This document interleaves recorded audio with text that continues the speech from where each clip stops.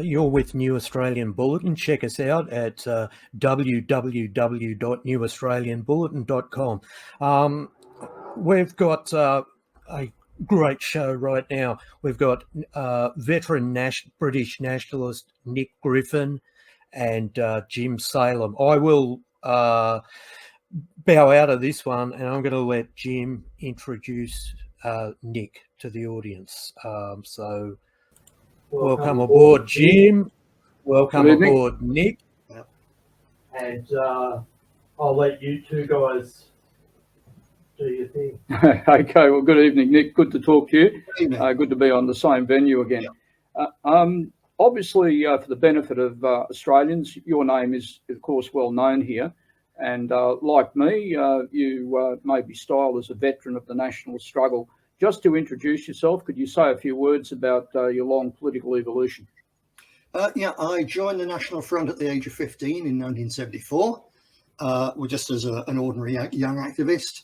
Ended up after the NF's electoral disaster in 1979 with Margaret Thatcher. I ended up as a leading light in basically a radical youth faction, which by 1983 took the party over, did a great deal with it. Unfortunately, we effectively went to war with the British state over the situation in Northern Ireland, and we got hammered for our pains in all sorts of ways. So in the end, we left the NF in 1989, concluding that the thing was a busted flush. I got involved in the British National Party in about 1993, joined it formally in 1996, edited its main magazine, Spearhead, for 3 years, and in 1999 was elected to lead the party. When I was elected to lead it, it was an electoral joke, basically unelectable. I told people that we only have a very short space of time. We've got 20 years in Britain. This was back in the late 90s. We've got 20 years to turn things around. After that, it's too late demographically. So we need to get serious. So we modernised and slightly respectabilised the party, made it electable. And for 10 years, we gave the British establishment literally nightmares every single election, culminating with me and one other member becoming members of the European Parliament. Again, in the end, the state found ways to grind us down, but not before we'd given them an awful lot of pain and achieved several things which were really worthwhile. And there's one very interesting thing that might be of great service to Australians here. We went through the stage of having a so-called patriot movement that focused entirely the immigration debate on the matter of Islam. Now, I've read some excellent material written by you dealing with the famous English Defence League. Would you just like to point out a few things about what the EDL actually was? Yeah, I would say that in a way it goes back to what the British National Party was, which was a mortally serious threat to the British elites' electoral and sort of moral stranglehold on the British public. And in the attempt to stop that, for years they just smeared us and attacked us with violence and all the rest of it. It really didn't work. The more they smeared us to the extreme, the more it was telling disenchanted voters who'd given up voting that actually we were something different. We weren't the normal politicians. So in the end, the way they stopped us basically was to promote two rival things. On the one side, they promoted UKIP as a soft civic nationalist party, which was basically against East European immigration rather than African and Arab immigration, etc. So that was promoted to block us off at the electoral level. And then just after our biggest electoral successes, the English Defence Force, English Defence League, was promoted to block us off at street level. So it was getting the youngsters who would have come to us, the people who would have gone on to become local organisers and so on in a year or so's time. It was simply hoovering them up. And it was a very effective thing. It was created as particularly my booklet, which I think you referred to, What Lies Behind the English Defence League, shows very clearly it was created as a wholly owned Zionist front operation. It was created and funded from the United States by some really, really big financial backers, all of them associated with American big capital and with the Zionist lobby. And it blocked us to a very large extent. And then beyond that, it was also used, once basically they got rid of the BNP, it was used then to de-radicalise the whole nationalist movement and in particular, as you said, to get it away from being concerned about immigration generally, to just focusing on the Islamic problem, which of course is a part of the problem, but it is only part of it, and also to bring in so as well as flying Israeli flags, so it was designed also to push the nationalist movement to support Israel, as well as flying that, they also flew LGBT flags. So the whole thing was an exercising in Zionizing, deracializing, and socially liberalizing the nationalist movement. And it worked extremely well, I have to say.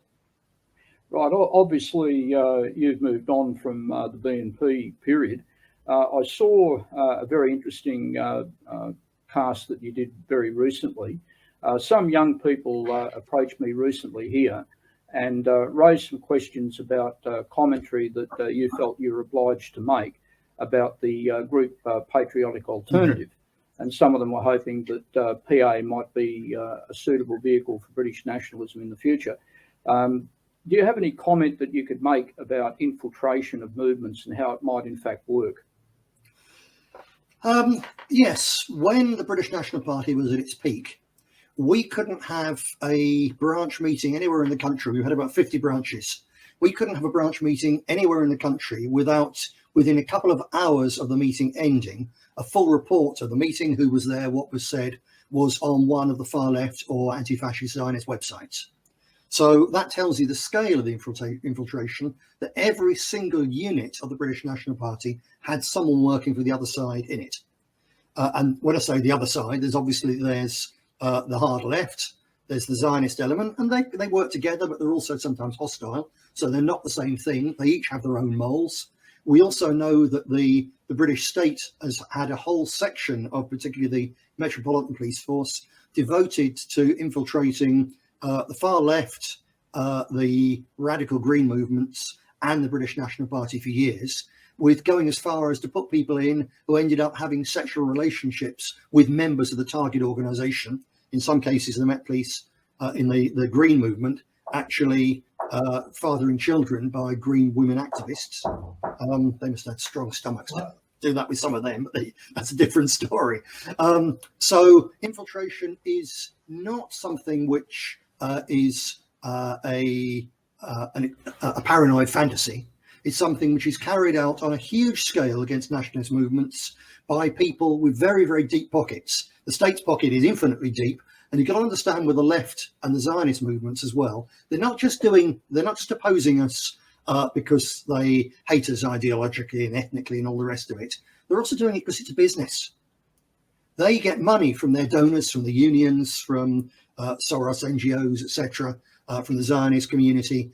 They get money from these people because they can show we're doing successful work against the fascists, and the fascists are a dangerous threat. And one of the best ways they can do that is to infiltrate, either because that then allows them to disrupt the nationalist movements, or also, of course, to push nationalist movements in a more extreme way, because they get more money out of some scared old Jew in Brighton or Sydney or whatever. They get more money out of that man by convincing him that Auschwitz is about to be reopened than they will by saying that these people are basically fairly moderate. So they infiltrate to disrupt and also to push people to greater extremes. Okay, you might just be interested to know that one of those very people who was infiltrating the London Met Police was lecturing in an Australian university in a regional area, and he lectures on the far right and terrorism. Mm-hmm. So he was a cop in London, yep. And now he's doing this. A lot of people are very interested in the fact that Australia First applied to and was accepted as an affiliate member for the Alliance for Peace and Freedom. Could you tell the Australian audience a little bit about the Alliance for Peace and Freedom and what you're trying to achieve with it? Yes, the APF is the latest incarnation of a series of attempts to get nationalists in the whole of Europe to work together for the common good, including especially at the European Parliament level. And Jean-Marie Le Pen tried to do this some years ago with the Identity, Tradition and Freedom, I think it was. That was before my time. When I was first involved in the European Parliament, we created the Alliance of European National Movements. And then later on, when Marine Le Pen left that and that collapsed, we created the Alliance for Peace and Freedom, primarily myself and Roberta Fiore, who a number of your more experienced viewers will have come across as a long-term leader of the nationalist movement in Italy and a very old comrade of mine. So we created the APF as it's a pan-European level political party, recognised by the European Parliament for several years, although the European leftist bureaucrats managed to find ways to de-recognise and defund us 2 years ago. We're still struggling to get around that. Basically, rules which had stood in place, which had allowed small leftist parties to be officially recognised and to get European funding, these rules were suddenly changed when we got in on the party. So we had the consolation prize that we deprived 5 or 6 different thoroughly evil left-wing organisations across Europe of their funding at the cost of losing our funding. So we're now not funded, but we're still very serious about working together. We've got a conference coming up in Serbia very shortly. And we work, the clue in a way is in the name, it's an alliance and it's for peace and freedom. And the peace, we're very serious about this because when you're actually in Europe, you can sense and see, the latest example being the trouble in Ukraine. You can sense and see the way in which the enemies of Europe and of our people will still use the old divisions, whether it's France versus England or England versus Germany or Germany versus the Poles or the Poles against the Russians and so on. The enemies of our people will still use those divisions, and people out in the street think it's all something from history. It's long past us, it's gone away. But in fact, they're still quite live. And it's very, very important, therefore, that nationalists, above all, when the left liberal argument is that it's nationalism that leads to wars and conflict, it's very important that nationalists really lead the way to address, not to try and cover up, but to address, past tragedies and past divisions and to find ways to get past them. I'll give you one example of our work. In a couple of years ago now, it still rolls on. We had the nationalist movement in Poland and the nationalist movement in Germany. I'm talking about proper radical nationalists of our ilk. And they were both really saying, well, we can't really afford to fight anymore. And we know that the Zionists and the CIA and etc., they want us still to be rubbing up against each other.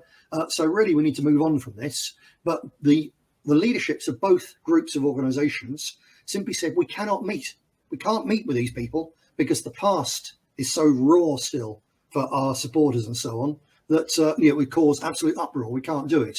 So the APF operated as a sort of a fair broker, an honest broker. And we actually had a meeting in Poland between the leaders of the radical nationalists in Poland, the leaders of the radical nationalists in Germany, and some of the leaders of radical nationalism in Russia. So these are 3 groups of people who previously literally could not sit down together. And we sat down together, we talked through the issues, we drank vodka in the evening and didn't fight at the end of that. And it was literally a first. And when the really wonderful thing was when each of these groups of leaders took this back to their people, the reaction was just overwhelming relief and support for what we've done. So that's the sort of work we do. We're very, very pleased to have you on board. I'll tell you the truthfully, we are up against it, the APF organisationally at present. We've been under intense pressure, from the European Union. Various of our constituent parties are under intense pressure from not just the left, but also these fake civic nationalist parties in their own countries. So it's not plain sailing. You haven't joined something which is at present a powerful organisation. You've joined something which symbolically is very important and which has had real practical impact in the past, and we will go on and we will have it again. I noticed that APF sent delegations to Syria and to Lebanon to discuss the refugee crisis and, of course, the ways in which the West has been funding the Syrian terrorists. Yeah. Could you enlighten us a little bit about what APF did in the Middle East and what it hopes to still achieve? Well, we have very good relationships with the Syrian Social Nationalist Party and also with the Ba'ath Party in Iraq. So in the past, in the worst stages of the West terrorist war, and he said Syrian terrorists, actually, of course they're not, 80 different countries sent Islamists to invade Syria. And so it was never a Syrian civil war. It was an invasion of Syria by Salafist jihadi forces, backed by, as you know, by the West, by Saudi Arabia, by Israel, by all the real ne'er-do-wells of the big global world. So in the earlier stages of that, I think we were extremely useful to the Syrian government in showing their people, look, you are not alone. There are people who are in the West who understand what's going on. Whenever we've been there, we've been on state television and so on press conferences, because it's very valuable to them to show their people that when they say, there's people in the West against us and they're organising this, that there's Westerners who will say, yeah, that's absolutely true. This isn't government, lies or propaganda. This is the actual truth. So we made ourselves very valuable to them in the past, which I think is something we can be very proud of indeed, because it's helped the Syrians with equally the help of Hezbollah, the Russians and the Iranians to turn back, to defeat that, so that now the Islamists are hemmed into one small corner of Idlib. And what was previous to that, wherever the global elite, NATO, etc., had decided to destroy an Arab country, whether it was Libya or Iraq, they'd simply done it. They'd steamrolled them. And Syria was the place where it stopped, which is really very, very, very, very important indeed. I noticed that some of the APF's affiliates are very active in the anti-lockdown protests in Europe. You may have heard in British media about incredible events in Melbourne in the last few days. The workers, and it was the workers, the media said far right and all this nonsense. We had a few people there, but it had nothing to do with us. The workers broke up the office of a major left trade union that had obviously betrayed their interests. But the big development for Australian Labor, big development for our cause. But the parties in Europe have been very active about lockdown. What could you tell us about that? Well, only to reiterate the fact that in various countries, Italy, Germany probably foremost, France as well to a degree, the nationalist movements very early on took a position very much against lockdown. And as gradually, despite the huge waves of propaganda, I've never seen a propaganda operation like what has been launched against our people collectively, over the last, 18 months, going on 2 years. It's really quite a stunning thing. But despite all of that, more and more people have seen through it for one reason or another, have woken up.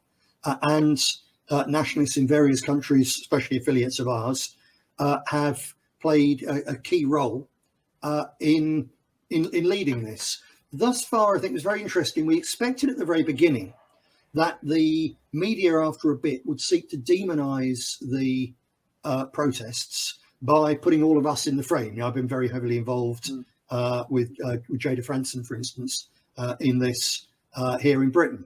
And I think Australia is about really the only place where the media have done their old trick. At the minute they want to demonize something, they say, oh, it's the far right. They got wise to that in Europe, and they very definitely have tried to avoid telling the public that it's us. I think because they realise that this is actually a really serious thing, getting more serious all the time. And they want to be able to put if they ever mention us at all, they just want it's the racist box. It's the box over there. It's the Holocaust denial box over there. They don't want to give us a whole new field, a whole new area, what academics call a reputational shield. That if you're seen as being the anti-lockdown, the anti-COVID vax party or whatever, then the racism and all the rest of it, it becomes something else. It's not so important to the public anymore. So despite the fact we've been very heavily involved with encouraging these various resistance movements, it's not recognised as such at present. And in fact, the press are still, in Britain, for instance, they constantly say, oh, it's Jeremy Corbyn's brother, as if Jeremy Corbyn's brother, therefore, is some kind of crazed Marxist like Jeremy Corbyn, which he's not. He's a climate scientist, one of the few who said that man-made global warming is pernicious nonsense of a close part to the COVID story. So he's a perfectly reasonable chap, but he looks a bit like Jeremy Corbyn and his bits of elderly and beardy and scatty. So he's a wonderful scarecrow for them to tell the public, if you have doubts over what's being done over COVID, the government's handling of it, the vaccines, etc. Well, basically, you're there with a tinfoil hat leftist. So, as I say, we've done a lot about the COVID thing and will continue to do so, but our efforts at present are not being recognised. I take it from your comments, generally, you believe that the globalist offensive against certainly the European nations on the continent is intensified. And how do you see the reaction? Obviously, APF has a different view on Russia and Eastern Europe to some national-minded people of the past. Do you think that there is a viable challenge in Europe to globalisation? And if so, where does it come from? I don't think there's a viable electoral challenge, not in most of Europe. Potentially still in, well, you've seen it in Eastern Europe, where there are nationalist regimes of a sort, albeit civic and compromised in various ways, in Hungary, Poland, etc., etc. But in the West, the demographics have now already gone so far, and the elite collectively have spent so long battling people like us, and whenever they find something that works, they immediately export the tactic to every other country. So they have the measure of it now, and I don't believe that an electoral resistance to this thing can actually get anywhere. If anything, it's almost certainly a distraction from more serious cultural and metapolitical things that need to be done. And if you'd asked me that a year ago, I would have said, no, there's no chance that I see now of any effective resistance at a state level. I wouldn't say, it's not a black pill. I'm just saying it's the truth. And the good side of that is that what the liberal elite globally are now doing is so unnatural, so bizarre and so destructive that it will collapse. We're not looking at some tyranny which is going to be in place forever. Because this is something, it's even the Soviet Union, the East Germans, etc., laboured under real, genuine, bullet in the back of the head tyranny, not cops spraying pepper spray at people, real serious tyranny, and it survived some decades and then it collapsed. And if you look at the crux of the difference between the new cultural Marxist, Trotskyite, capitalist global elite and the old communism, say that is this: the old communism was fundamentally, at least at a material level, about the question of who would control the means of production, distribution and exchange. And in the course of trying to control the means of production, distribution and exchange in the hands of a very inefficient, blundering state, the communists created all sorts of problems. I'm not arguing from that from a capitalist position. I'm anti-capitalist. It's just a simple fact that communism, trying to control the state, trying to control the means of production, distribution and exchange, did not work very well at all and created so many problems that in the end it made those regimes untenable when their people particularly looked across at the West and saw the contrast. What we got now is an elite which isn't trying to control the means of production, distribution and exchange. They already do. They're trying to destroy, in fact, they are destroying large parts of the means of production, distribution and exchange.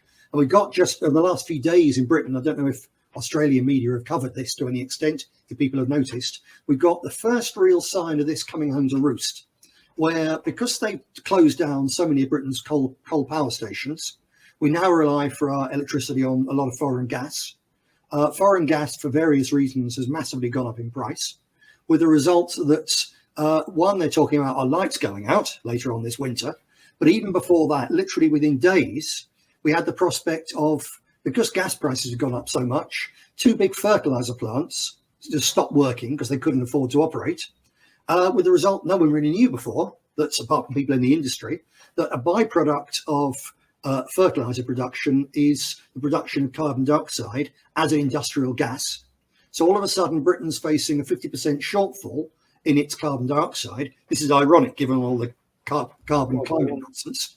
And as a result of that, they're not going to be able to slaughter pigs, cattle, chickens, because they use CO2 to stun animals.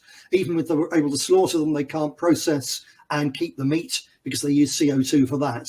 And all of a sudden they were saying Britain faces catastrophic supermarket food shortages within 2 weeks. Now, the government, in fact, have cobbled something together, and they basically bribed these two American-owned chemical plants to go back to work.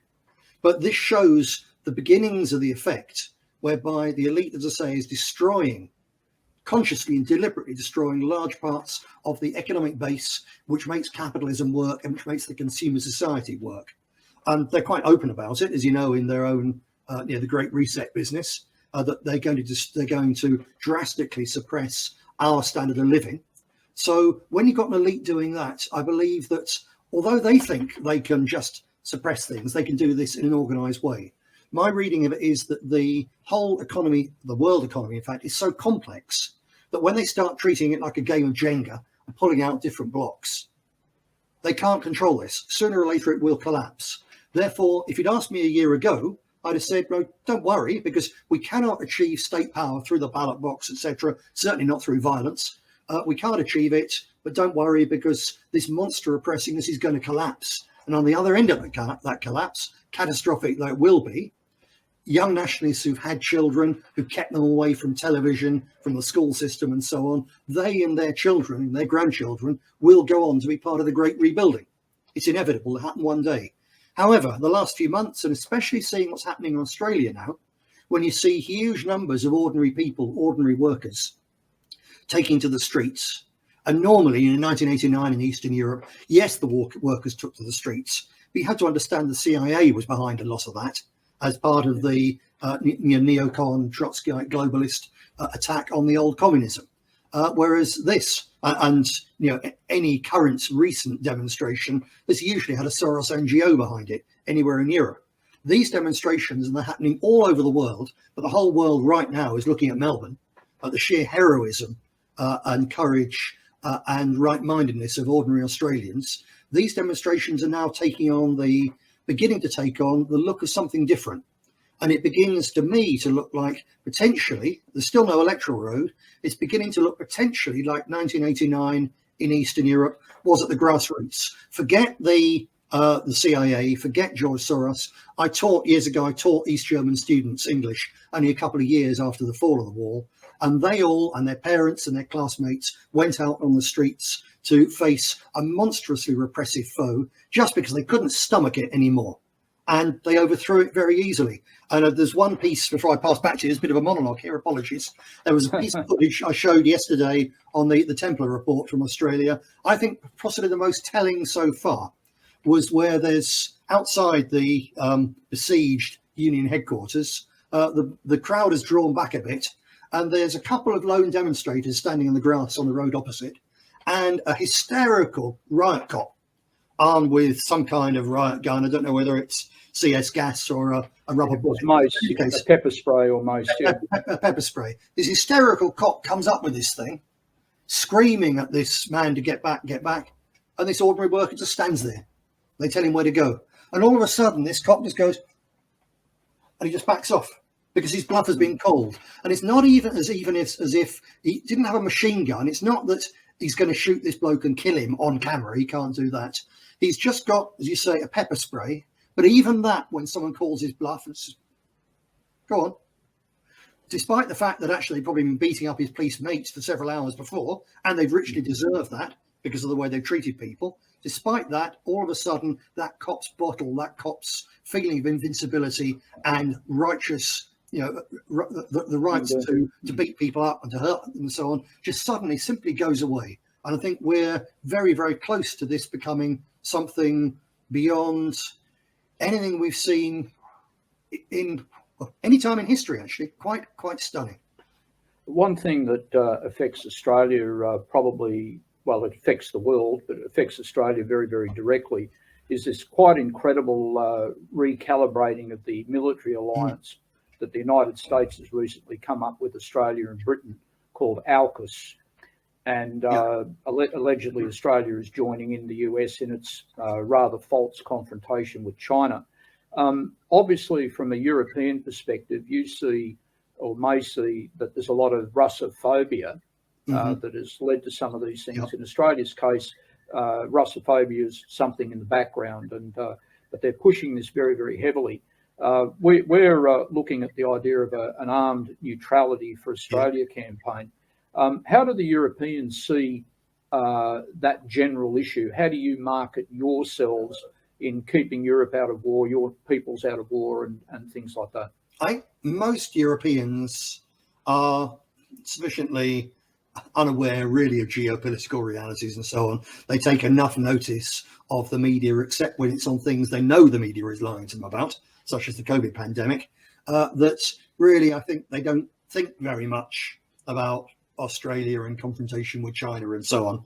So people who do think, and certainly on the nationalist side, and with a fair measure of the ordinary people out there who still use the internet constructively and get round the censorship and so on, overwhelmingly they look at this and think, well, the Royal, because from our point of view, forget about Australia for a minute, this is about the Royal Navy with our latest carrier with basically unusable junk American planes on it, steaming off to confront the Chinese in their own backwaters, when the Royal Navy cannot even keep the channel, the English Channel, 22 miles of sea lane between France and Britain. They can't stop 10,000 overwhelmingly Muslim, but certainly all third world immigrants just coming across it. So the British position tends to be, well, we shouldn't be over there interfering with China in their own backyard when we can't even control our own waters. So that's the unsophisticated, but very practical and very sensible way of looking at it. People more in the know understand that sending a giant aircraft carrier to confront China is rather akin to having a cavalry regiment all beautifully dressed up with braid and armour and so on in August 1914. Because the Chinese have got ship-killing missiles, which the thing will simply be evaporated within 5 minutes of a confrontation, if there is a confrontation. Absolutely terrible. It's not our fight. Yes, there are potentially issues with China, potentially, more so for Australia. And obviously you go right back to Lang and Lawson and so on from the over 100 years ago now. The warning and the whole push to keep white Australia was about the threat from China, because it's a very big aggressive neighbour. But if it's a big aggressive neighbour, then you have to say that you need enough armed neutrality to deter them. You actually need a sensible trade agreement with them. And if you've got that, you're not really at risk. What puts Australians at risk is the position that's developing now, where yet again we see the American military industrial elite and the political powers that swirl around them being absolutely committed to fighting China to the last Australian. Do you see the Johnson government's involvement in this new pact internally in some way? What would the dynamics of the British scene be in respect of Johnson's move? Well, one would like to think that Johnson is just a buffoon and that Britain's just the tail being wagged on the dog. Looking at it actually more carefully for some years now, with the anti-Russian stuff, with the anti-Chinese stuff, with the COVID business, it's actually the British deep state quite often pushing the Americans to do crazy and thoroughly bad things, rather than the other way around, or rather than just following on from the American lead. That was especially true in the Trump era, when, of course, basically the American deep state to a degree was paralyzed by the fact there was a single lone man at the top who didn't really go along with it. He wasn't able to do very much about it because, of course, he was a single lone man. But during that period, I think that the basically MI6, the British, the Foreign Office, the British deep state, really actually developed more confidence to have quite a leading role. So I don't think that Johnson is just a moronic puppet in this. After they had their couple of months ago now, their last World Economic Forum Great Reset meeting, they all took to wearing little badges, and the little badge is based on a graphic which they'd put up at this conference with all different colours, and each of them was sort of code for a different thing they were going to do to remake the world. And Johnson was very proudly sporting this badge. And to say, if you look at what he's doing, partly a personal thing with the appalling influence of his thoroughly subversive wife, because the bloke isn't particularly clever, but he's not just a puppet. I think the British are pushing this. So, yes, it's also the British deep state is very happy at the idea, well, it doesn't really bother them the idea that Australians may be the people who really suffer in a shooting war. Because let's face it, they didn't really care in 1915 either, did they? No, well, it's extremely disturbing from the point of view that it's not just a matter of our country maybe being involved in their war. There's also the reverse scenario where the price of not going to war could actually be some form of partition of Australia itself. And I've been talking about that theme for a very, very long time. In fact, they're now talking about a northern zone in Australia populated by visa workers from Asia and so on, visa workers from India. So anything's possible here. These are nightmare scenarios, and it's not good. Yeah.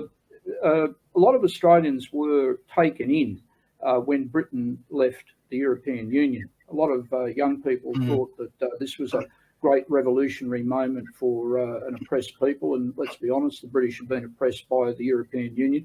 Yep. But of course it wasn't. How do you take this sort of, if you like, false politics, this false patriotism that was whipped up over that? Well, I did tell people, as we went into the referendum, and especially after it was won, that actually don't expect anything out of this, because what Farage had always said was he didn't want Poles, he wanted Pakistanis, as immigrants. His problem with Polish immigration was it left no space for immigration from our traditional Commonwealth. So Farage, the figurehead, the man who got really the victory, was straight away there saying that you're not going to get what you're voting for, which is control and no immigration at all. You're going to get the immigration that we want. And similarly, the section of the British Tory party which decided to go for the referendum out move, we never was a patriotic, right-wing, conservative, capitalist, national thing. It was always absolutely controlled and dominated by US-based think tanks and US-funded think tanks. So again, it was very, very clear. The aim was to get Britain out of Europe, not to become a proper, genuine independent state, but to turn it into, was it the 51st state of the United States of America? Certainly in economic terms, and even more so in cultural terms. So I never had any illusions. I still campaigned very vigorously for the for the referendum and for getting Britain out. As a matter of fact, it would never have happened but for the British National Party and our success. Absolutely, I'm not bullshitting you here. This is absolutely genuinely the case. That the only reason that Nigel Farage and UKIP became a major force in British politics was that for years they were promoted, and especially after 2010, they were promoted on a massive scale by the BBC. And they did that purely, the BBC didn't suddenly decide we've got to play fair, and allow people from the would-be Brexit position some airtime. They did it purely to block me and the British National Party. And they succeeded very well, but at the cost of making UKIP so powerful that David Cameron, the Tory Prime Minister, in the end, in order to shore up his vote, had to promise a referendum, expecting to win it. And then, of course, he lost it, primarily because a small group of us put vast amounts of really cohesive effort into exploiting Facebook in a way we couldn't do now. We're all banned. But we had a network who, in the last week alone of the referendum campaign, delivered 70 million pieces of well-honed, basically mainly memes, little videos as well, well-honed pro-Brexit propaganda aimed at and getting to the blue-collar working class, who were the people who hadn't voted really in any significant numbers for years. And out of the blue, they turned up and they voted. And they were the ones who gave us this unexpected Brexit victory. So it was worked for, and it's a wonderful thing. But right from the start, I said to people, don't expect too much. In fact, really don't expect anything at all. We're almost jumping out of a frying pan and into a fire.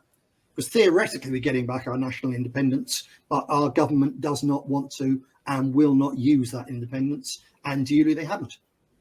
Well, this sort of charlatan politics, this is something that we see in Australia with this AUSKUS pact, where our Prime Minister is talking about standing up to China and all this. Well, obviously, we know they're not. The United States system is standing up to them over a trade war, which is neither Britain's business nor Australia's business. But this sort of charlatan politics seems deeply ingrained. Countries have fake parties that are conjured up, new movements emerge and disappear. How do you see this process of management? Do you think it's a key establishment weapon? Absolutely so, yes. And it's a weapon which was honed in their opposition to the BNP for years. Yeah, we in the middle 2000s, we were their greatest concern. Bigger than in Germany, bigger than in France, and yeah, certainly bigger than in Australia. We were the great concern. We were the ones who the Democrat Party from the United States under Clinton actually lent advisors to the Labour government to help them work out, to the Labour Party, to help them work out how to oppose us at electoral level. The enormous amount of efforts were put into it. And it, all as I said before, it already came to naught when it was just smears. Even when it was the Labour Party fighting this tooth and nail politically on the doorstep, that was one thing. It didn't really work to a degree. The more effort they threw at it, the more people looked at us. And what stopped us was when they came up with this ploy instead, basically ignoring us, but not just ignoring us, but giving the public an alternative and writing out how terrible and how threatening they were. And so they did it with Farage. Then since then, it's been done, especially in Germany with the AfD. They've mastered this now, I'm afraid. They've exchanged ideas and they've completely mastered this. And anywhere that a nationalist movement, a genuine one, begins to make an electoral breakthrough, the answer, quite apart from lawfare and the usual, the leftist violence, the persecution, you also now have this trick of either the fake nationalist party or just the soft nationalist party, which may be genuine in its own people's cowardly bourgeois heads, but it's very, very easily used and set up, to split the vote, to take away the activists, and simply to make the real nationalism unelectable.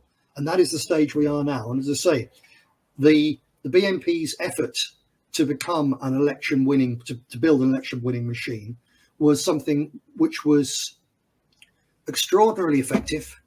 It took vast amounts of effort. It was on the basis of what John Tyndall before me had built. While it wasn't electable, it was still a serious nationwide organisation. We poured huge amounts of very intelligent effort into it, and relatively huge amounts of money as well.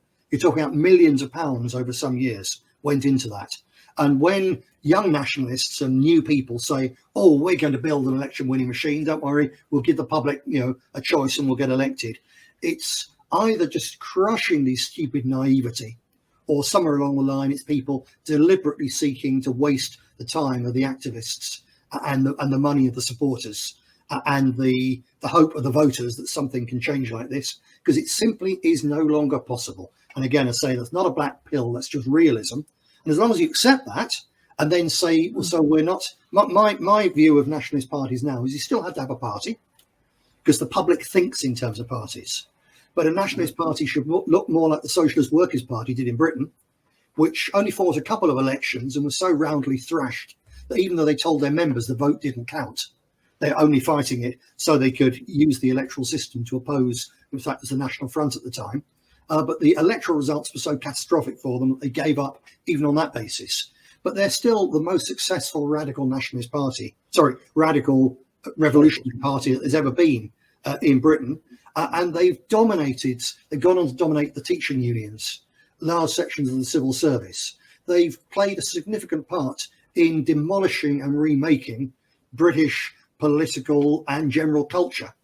And I'm not saying that nationalists can do the same as that, but having a party which regards itself as a vanguard party, which is there simply in the first instance to bring and build a hardcore nationalist movement together, that's the thing that has to be done. Because at that stage, you're then in the position to take advantage of whatever black swan comes along.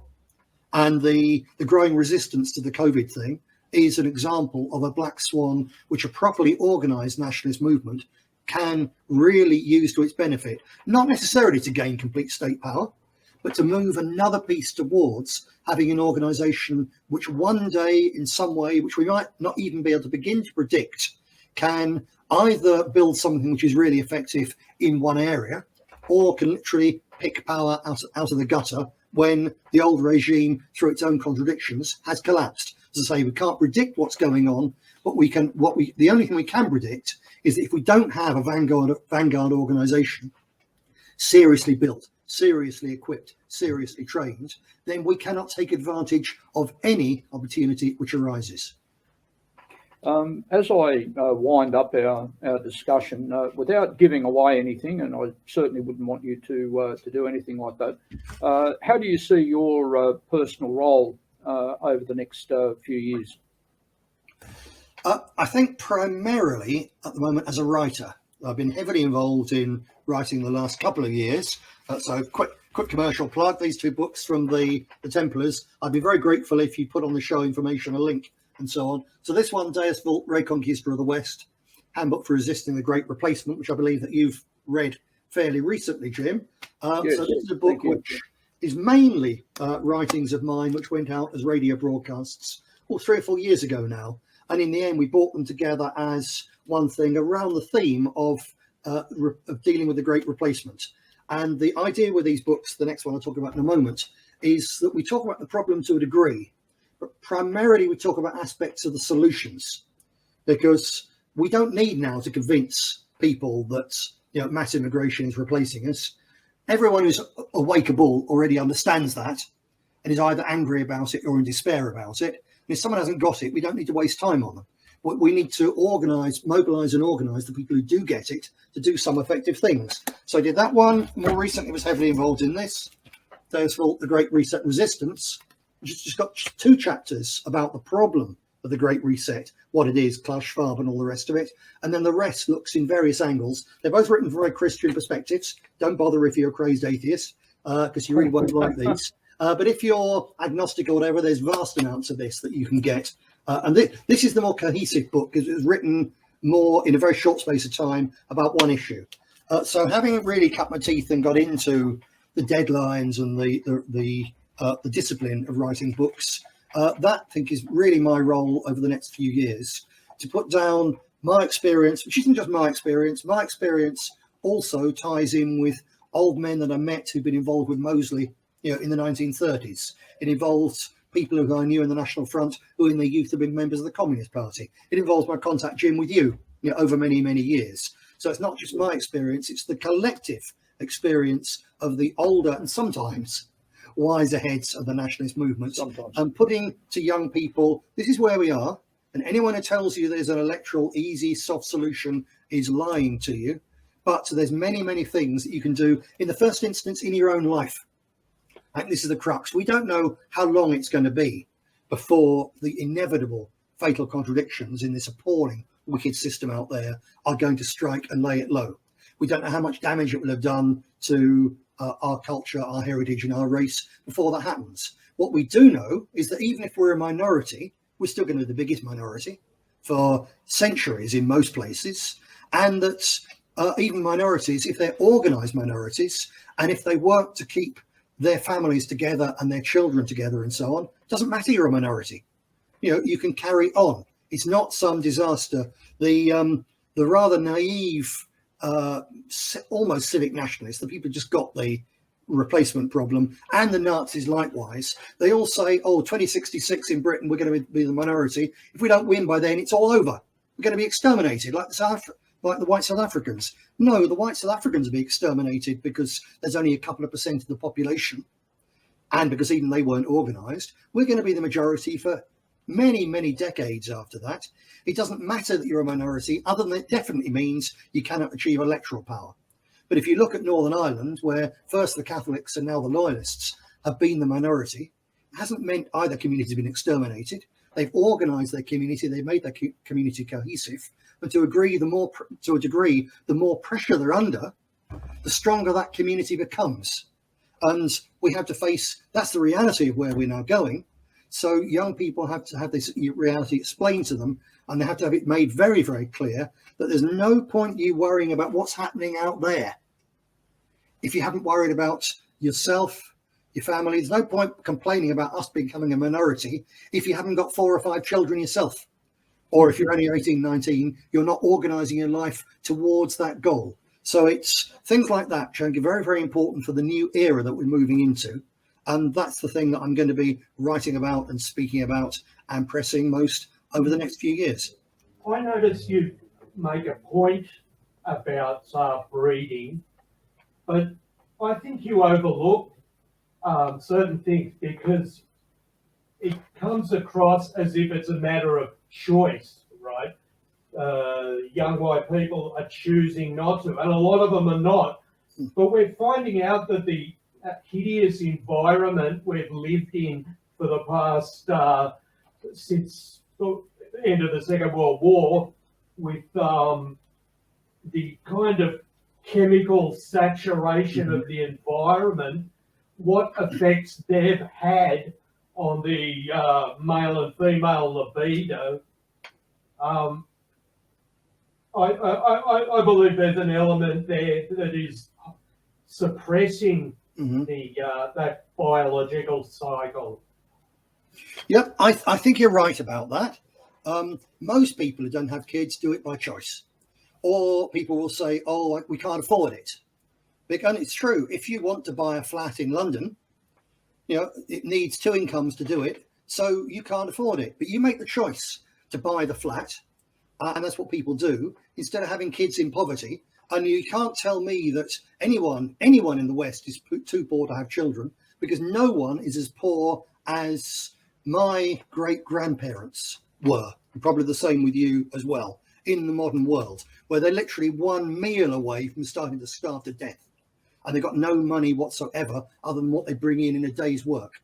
So people can have kids if they make the choice. As you say, there is the question of estrogen in the water, the plastics and all the rest of it. And yeah, there clearly is something in the water. There's a clear diminishing of testosterone. I see in London things going on with the police around young blacks, who, when I lived in London in, say, 1980, if they'd done that to the young blacks then, there'd have been an instant riot. And now not even the blacks riot about it. So yeah, there is a problem with testosterone and all the rest of it. But if you look at the United States, the Amish still have 8 children on average per family. All of them. They don't have this problem. So perhaps that's because the Amish live out in rural areas and a lot of them have their own wells. I don't know. But that's the answer. And this is the thing to get across to young people. If you live in the city, if you go to a university as a young man and you therefore look for your life mate amongst young women who are at university, you're looking at liberalised, over-educated feminists and so on. It's not going to work. If you live in the city, it's not going to work. If you try and rear kids in that environment, it's not going to work. You've got to physically get away from this, and you've got to look at what the problems are. Every young nationalist understands that argument about, in fact, many use it as an excuse. So we can't, it's lack of testosterone, it's what's in the water. If you get that and believe it, then what is to stop you simply saying, right, nothing is drunk in my household by me and my girlfriend or whatever if it hasn't gone through the filter. There's absolutely no reason. There is a problem, but just saying that the problem therefore stops us is not the case. People can at least try, and most of them don't even try to do it. And my message is they better start learning or they're going to disappear. Just for a final comment, Nick, to the Australian audience, is anything you'd like to add before I give us back to our producer for the night? Yeah, I would say that there's huge protests against the Great Reset COVID lockdown thing going on all over the world and all over Europe. But everybody all over Europe and America as well right now is looking at Australia and is looking up to Australia because of the sheer impact and determination of what Australians are doing. So to a degree, it's the construction workers and not many other people. I don't know who's doing it and who isn't, but find ways to get involved and take part in that because the whole world thinks that Australia all of a sudden is something quite fantastic. You should be very proud of what you're doing and look for ways to step it up because you've got an elite which is now on the back foot. You're the Australian gin, not me, so I can't say. But looking as an outsider, it seems to me that they're not that far really off having to use the army to control the people because the police can't. And if they do that, they are. They are. So either that works and they manage to clamp down, but then they've thrown away all pretense that this is done by consent. It's a naked tyranny enforced by martial law. So that's a win in the long term.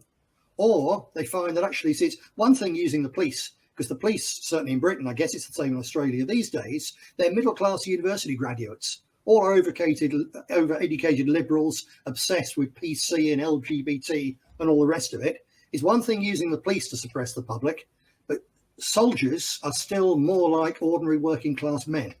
Therefore, it's a dangerous thing. They're less controllable.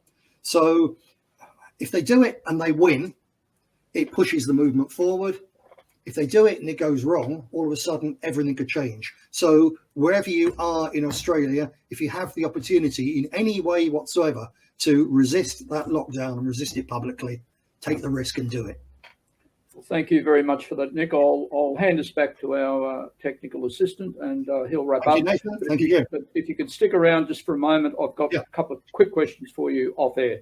Been a pleasure. Thanks a lot to both of you, and thanks a lot, Nick.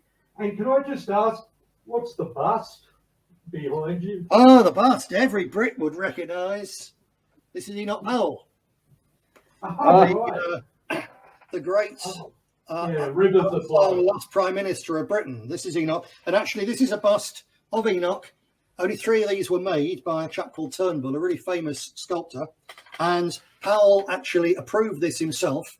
And this was the one he wanted put in the House of Commons. But of course, people who control the House of Commons wouldn't allow it. So now he sits with me as 2 men who did try to tell him what was going to happen. Thank you.